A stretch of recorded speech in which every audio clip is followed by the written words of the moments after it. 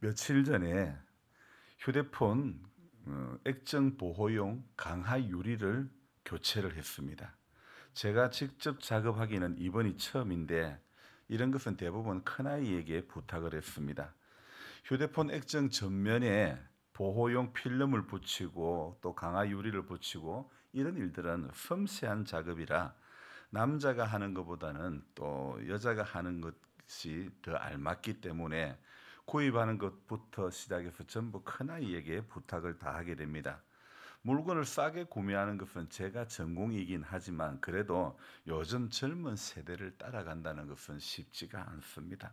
실제 그 작업을 제가 하지 못해서가 아니라 하면 다 잘하는데 문제는 눈이 흐릿해서 휴대폰 액정의 위치를 정확하게 잘 못 잡겠다는 거죠. 어느 한쪽이라도 치우치게 되면 휴대폰 케이스에 걸려서 강화유리나 또 필름이 금방 떨어지기 마련이죠. 그래서 딱 이 휴대폰 한가운데다가 필름 또는 강화유리를 붙인다는 것이 이게 보기보다 쉽지가 않은 거예요. 사면이 똑같이 가장자리가 남는 양이 똑같아야 되거든요. 그래서 그 간격을 띄워야 붙여야 하기 때문에 문제는 그 간격이 잘 안 보인다는 거죠. 제가 돋보기 없이 글을 참 잘 보는데 글 보는 데는 지장이 없는데 문제는 섬세한 작업을 할 때는 눈이 초점이 잘 안 맞는다는 것. 한쪽 눈만 보이는 시각 장애 때문일까? 아무튼 손은 할 수 있어도 눈이 감당이 안 되는 것. 그러니까 자신이 없는 거예요. 어렵게 잘 안 보이는 눈으로 겨우 붙였는데 그래도 제법 잘 붙인 것 같습니다. 제가 눈썰미가 워낙 있다 보니까 눈썰미는 또 무시할 수 없는 모양이죠. 생각보다 정확하게 붙인 것 같아가지고 아이에게 자랑 좀 해야 되겠다 싶었는데 문제는 붙인 지 며칠이 안 돼서 어제 보니까 액정 보호용 강화 유리가 또 깨진 모양입니다. 참 사선으로 사선으로 금방 금이 간 게 보입니다. 우리 어머니 말씀이 생각납니다. 야 이놈아 돌띠라도 견딜까. 제가 하도 활동량이 많은 어린 시절에 옷을 자주 찢어 먹고 뭘 잘 깨뜨리고 하니까 어머니께서 야 이놈아 돌덩이라도 견딜 수 있겠냐 그런 말씀을 하셨던 거죠. 겨우 붙인 지 며칠도 안 된 걸 깨먹다니. 사실 아이가 오면 부탁하려고 했지만은 자주 오라고 하면 신혼의 재미를 방해할까 봐 강화유리 교체하는 것 때문에 아이를 오라 할 수도 없고 지들이 알아서 정기적으로 온다면 쉽게 부탁할 수 있을 텐데 그것도 쉽지 않죠. 그래서 직접 교환한 것인데 그것도 제법 잘 붙였는데 그만 깨뜨리고 말았다는 거죠. 그래도 어떻게 해야 돼요? 감사해야 되죠. 강화유리가 없으면 뭐가 깨져요? 휴대폰 액정 자체가 몇십만 원 하는 액정 자체가 깨지게 되는데 강화유리는 액정을 보호하는 대신에 자신이 그 깨어지는 역할을 감당하는 것이 바로 강화유리죠. 이 강화유리 하나를 교환하면서 깨닫는 것이 주님은 우리 인생의 강화유리가 되어 주신다. 이런 생각이 드는 거예요. 하나님께서는요, 저와 여러분들을 우리 한 사람 한 사람을 보호할 때에 성경은 눈동자 같이 지켜주신다, 보호해주신다 이런 말씀하죠. 신명기 32장 10절에서 이런 말씀이 있습니다. 여호와께서 그를 황무지에서 짐승이 부르짖는 광야에서 만나시고 호위하시며 보호하시며 자기의 눈동자 같이 지키셨도다 이랬습니다. 하나님은요 오늘도 한치 앞도 모르는 우리의 연약함을 아시기에 성령님을 보내셔서 눈동자처럼 지켜주시는 것입니다. 그것뿐 아닙니다. 시편 17편 8절에 나를 눈동자같이 지키시고 주의 날개 그늘 아래 감추사 눈동자같이 나를 지키시고 그렇습니다.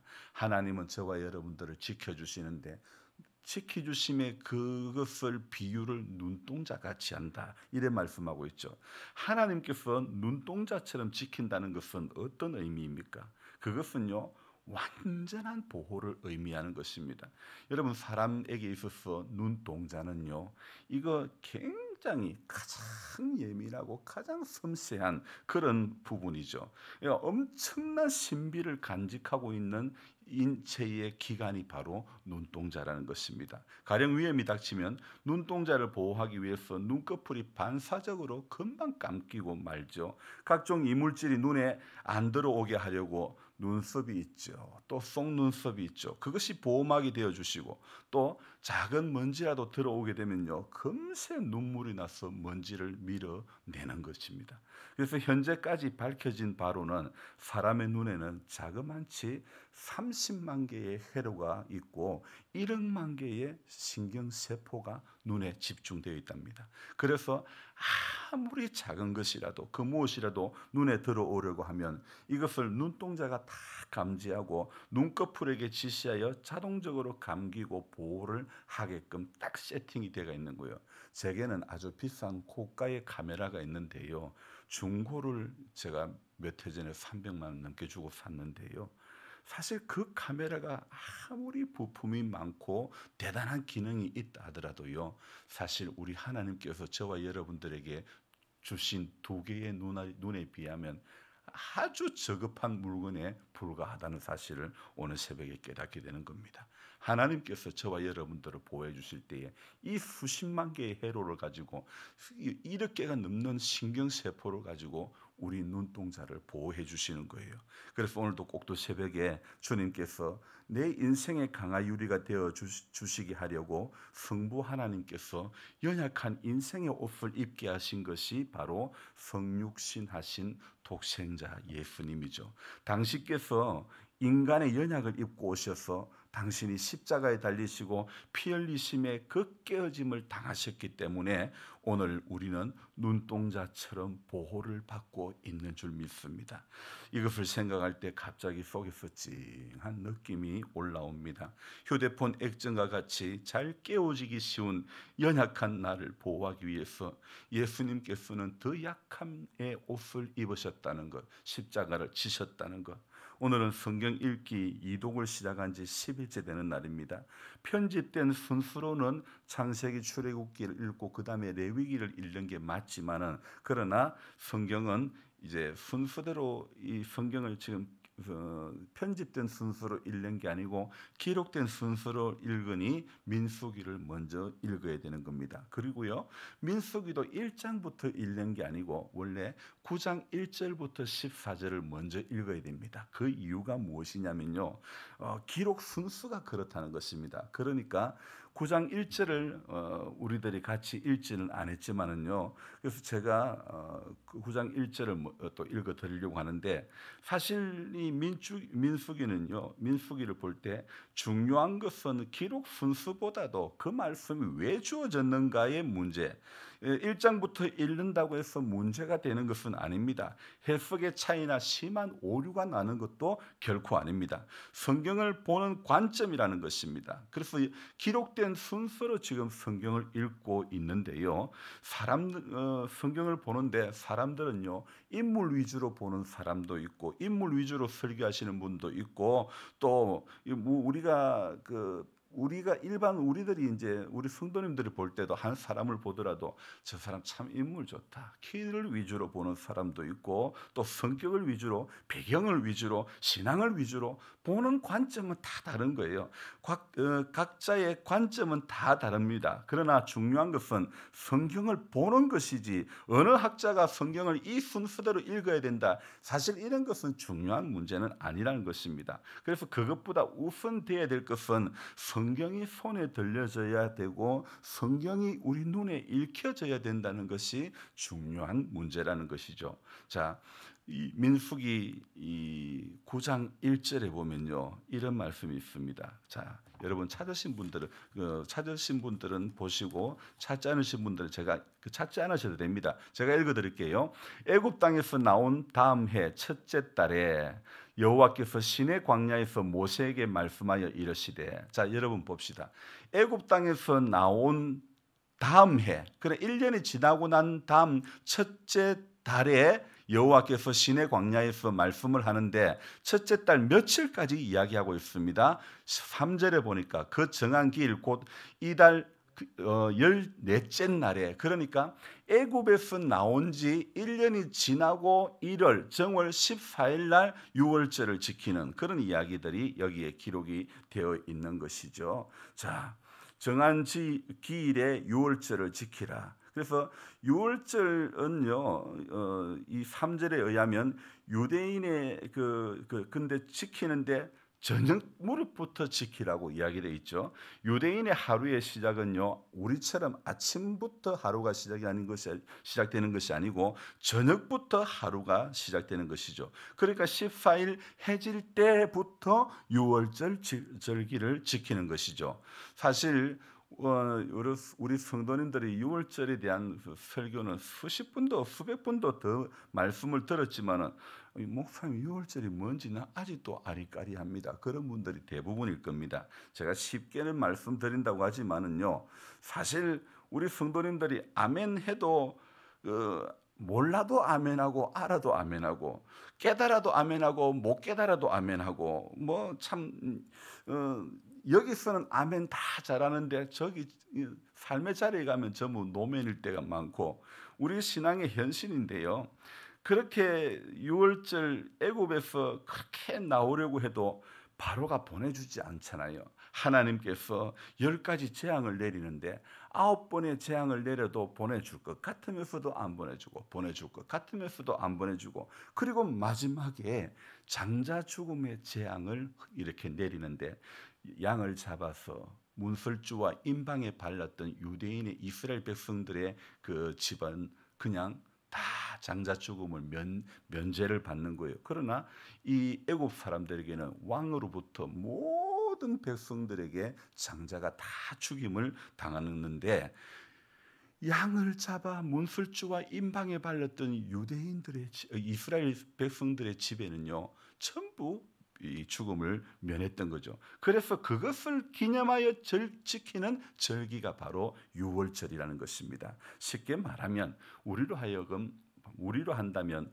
음력 8월 15일 한가위 풍성한 결실을 맺게 해준 것은 우리 조상들이라고 우리나라에서는 그렇게 생각하죠. 조상님 언덕이다 생각하죠. 그래서 추석을 지내는 것과 같은 맥락으로 이해하면 쉬운 것입니다. 그렇게 애굽에서 나오려고 해도 보내줄 것 같으면서도 안 보내줬지만은 마지막 장자 죽음을 통해서 그 재앙에서 이스라엘 민족들은 그 재앙의 면제함을 받고 우리는 살아서 이렇게 하나님 약속의 땅에 들어가는 그 과정 가운데 이제 이 시내산에서 이 출애굽하면서 유월절을 먼저 지키고 그리고 두 번째 유월절을 이제 또 지키게 되는 거죠.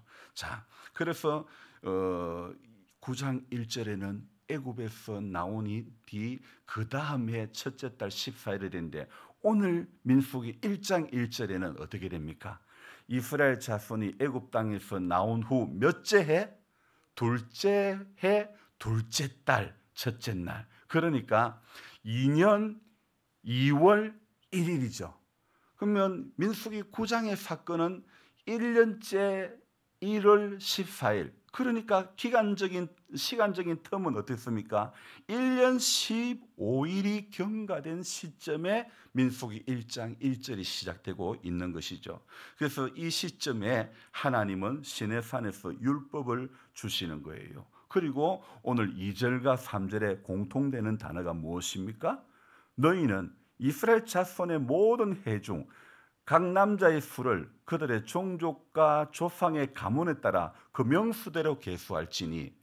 자, 3절에는 이스라엘 중 20세 이상으로 싸움에 나갈 만한 모든 자를 너와 아론은 그 진영별로 계수하되. 자, 여기에 보니까 어떤 단어가 반복되고 있습니까? 계수하라. 사람의 숫자가 얼마인지 계수하라 이야기하고 있지 않습니까? 여러분, 성경에서 하나님은 사람의 숫자를 헤아리는 것을 원하실까요? 원치 않으실까요? 다윗이 인구 조사를 한 것으로 말미암아 야, 너 벌 3가지 중에 한 가지를 택해 그러는 이야기가 있었지 않습니까? 자, 어떤 때는 계수하라는 때도 있고 어떤 때는 계수를 하지 말라는 때도 있습니다. 오늘 우리가요, 저는 이제 한 가지만, 원래는 제가 3장 반을 적었는데 이거 어떡하지? 그런데 어디에서 끊고 마무리를 해야 될까 고민을 사실 많이 했는데요. 오늘 간단하게 그냥 이 부분만 하고 말씀을 마치려고 합니다. 자, 하나님께서 사람의 수를 헤아려도 된다. 헤아려라. 오늘 민수기 1장을 시작할 때는 너희는 이스라엘 자손의 모든 회중 각 남자의 수를 각 모든 회중의 남자의 수를 종족과 조상의 가문에 따라 헤아려 봐라. 3절에도 20세 이상으로 싸움에 나갈 만한 사람은 헤아려 봐라. 이렇게 이야기합니다. 근데 다윗에게는 헤아리면 안 되는 거예요. 왜요? 다윗은 그 인구 수를 헤아림으로 말미암아 내 군사가 이만큼 있다고 하는 자신이 하나님을 의지하는 것보다는 사람을 의지하는 자신의 자랑거리가 될 수 있기 때문에 하나님 다윗에게 이 다윗이 사람의 수를 헤아리는 거 원치 않습니다. 그런데 오늘 민수기는요, 말 그대로 백성의 수를 헤아리는 백성의 수에 대한 이 기록이 민수기라는 거예요. 근데 민수기 1장 오늘 49절 봅시다. 49절 같이 읽습니다. 너는 레위 지파만은 계수하지 말며, 자, 그들을 이스라엘 자손 계수 중에 넣지 말고, 자, 오늘 몇 절을 또 보느냐? 46절 봅시다. 계수된 자의 총계는 60만 3,550명이었더라. 야, 참 오래전의 이야기지만은 몇 명이었다. 딱 대충 한 60만 명이라 이렇게 기록하지 않고 60만 3,550명이다. 날짜도 정확하게 1년 정월 14일 날 6월절을 지키고 그 다음에 2년째 2월 첫째 날에 하나님께서 계수하라 이런 이야기, 날짜도 너무 정확하게 기록되어 있고 인구도 몇 명이다 정확하게 숫자로 기록하고 있죠. 하나님께서는요, 근데 그 민수기 1장 49절에 너는 레위 지파는 계수하지 말며, 아마 봐서 제가 주일날 이 말씀을 이어서 할든지 할 생각을 가지고 있는데요, 하나님께서 계수를 하되 레위 지파는 계수하지 마라. 레위 지파는 남자 20세 이상 싸울 만한 남자 숫자는 계수하지 마라. 하나님께서는요, 레위 지파는 또 다른 일을 계획하고 있기 때문에 레위 지파는 싸움 나가고 이런 거 하지 말라고 따로 계수를 하지 말라는 거예요. 그래서 저는 오늘 결론으로 한 가지만 딱 말씀드릴게요. 계수하라 할 때가 있고 하지 마라 할 때 있습니다. 하는데 해야 될 지파가 있고 하지 말아야 될 지파가 있습니다. 이것은 무엇을 말합니까? 오늘도요, 우리가 동산 중앙에 있는 선악을 알게 하는 나무의 열매를 이거 따먹지 말라. 하나님이 동산의 모든 좋은 것을 다, 각종 좋은 것을 다 하나님께서 허락해 주셨지만은 그 중에 한 가지는 하지 말아 있죠. 그래서 저와 여러분들은 하나님이 하라고 하신 한 가지 하라고 하신 것은 해야 되고 하지 말라는 것은 단 한 가지라도 해서는 안 되는데, 오늘도 그래요. 계수하라는 것만 계수하고 헤아리라고 한 것만 헤아리고 헤아리지 말아라고 한 것은, 허락하지 않은 것은 생각하지 않으면 되는 거예요. 하나님이 계산하지 않고 하나님의 계획이 없는 것들을 인간의 잔머리로 자꾸 가면 안 된다는 것. 그래서 오늘도 하루를 살아갈 때에 필요 이상의 과도한 근심과 걱정, 사실 올해는 참 잘해보고 싶지만 이 비 가운데 수박이 견디지를 못하는 거예요. 수박이 무너지는 거예요. 재산에는 포기한 사람들이 많다고 합니다. 저도 마음이 막 낙심이 되기도 한데 그래도 어떻게 해요? 수박이 깨진 게 몇 개인가 이런 게 오늘 어제 양을 치면서 헤아리 보다가 이게 결국은 그래요. 사람이 아무리 관리를 잘하고 아무리 농사를 잘 져도요, 명호의 수박 박사도 그 이웃에 사는 권사님 말씀 들어보니까 몇십 년을 한 박사도 포기했답니다. 그러니까 정말 하나님께서 함께 해주시지 않으면 인생은 아무것도 아닌 것입니다. 하나님이 개수하라는 것만 하고 하나님이 하라는 것만 하고 하지 말라는 거 하지 않는 것이 인생의 복인 줄 믿습니다. 여러분, 그래서 오늘 이 하루도 살아갈 때에 중심이 내가 경험했던 것, 내 생각이 중심이 아니라 내가 배운 지식이 중심이 아니라 성경이 나에게 오늘도 뭐라고 말씀하고 있는가, 이것이 오늘도 이 하루를 살아가는 지표가 되어져야 될 줄로 믿습니다. 기도하겠습니다. 하나님 아버지, 사람은 하나님이 하라는 거 하고 하지 말라는 것 안 하면 모든 문제가 해결될 줄로 믿습니다. 그런데 아담의 범죄 이후, 첫사람의 범죄 이후에 하나님이 하지 말라고 하는 것은 찾아서 하고 하라고 하는 것은 일부러 회피하는 것이 인생의 지금 현실이 아닙니까? 우리도 지금까지 인생을 몇십 년을 살아오면서 지금까지 우리 삶을 돌아볼 때에 하나님 원하는 것보다도 하나님 원치 않는 것을 얼마나 많이 했는지 모릅니다. 하나님 선을 행한 것보다도 죄를 짓는 것이 얼마나 많았는지 모릅니다. 주님, 너희 제가 진홍같이 붉을지라도 눈과 같이 희게 해주시겠다고 약속하신 하나님, 우리가 무엇이 간데 눈동자같이 지키시고 보호해 주심의 은혜를 내려주십니까? 하나님 아버지, 오늘 성경을 볼 때에 하나님 사람 수를 헤아리라고 할 때가 있고 헤아려서는 안 된다 할 때가 있고 헤아리되 어느 지파는 헤아려서는 안 된다고 말씀하시는 하나님의 그 생각이 있습니다. 주님, 오늘 성경에서 요구하는 대로 해서 안 될 것들은 전부 레위기에 나오는 정한 것, 부정한 것도 해야 될 것과 하지 말아야 될 것에 대해서 기록하고 있는 것처럼 오늘 성경에 나오는 모든 말씀을 들으면서 이 하루도 살아가면서 해도 되는 것이 무엇인지 알게 해주시고 해서는 안 되는 것이 무엇인지 알게 해주셔서 우리 인생이 하나님 아버지, 하나님 원하는 대로 우리 삶이 그렇게 살아갈 수 있도록 도와주옵소서. 내비게이션을 틀어놓고 차량 운행을 하다 보면 내비게이션이 가라는 대로 가지 않을 때는 내비게이션은 반드시 경고를 울리고 맙니다. 하나님, 마찬가지입니다. 말씀대로 살지 않을 때는 반드시 하나님은 우리에게 인생 가운데 경고의 메시지를 주실 줄 믿습니다. 그래서 하나님 성경은 우리 인생의 가장 좋은 내비게이션이 될 줄로 믿습니다. 그래서 성경의 안내를 받고 오늘도 하나님 하라는 것 하고 하지 말라는 것 앞에서는 멈추고 돌이키고 돌아가고 그렇게 살 수 있는 우리 모두가 되도록 하나님 도와주시옵소서. 우리 하나님 이날도 주님과 동행하는 모두가 되게 해주시고 연로하신 성도님들이 구원받을 만한 믿음 가운데 늘 거하게 하여 주시옵소서. 감사를 드리며 존귀하신 예수님의 이름으로 기도드리옵나이다. 아멘. 간절한 마음으로 주여 부르고 기도합니다. 주여, 주여, 주여. 하나님 아버지, 새로운 날을 주셔서 감사합니다. 이 날도 우리에게 들을 길을 열어주셔서 하나님 앞에 잘 듣게 해주시고 순종하는 믿음을 주셔서 순종 잘할 수 있도록 도와주시기를 원합니다. 말씀은 들어도 듣는 자리에서는 아멘 해도 삶의 자리에서는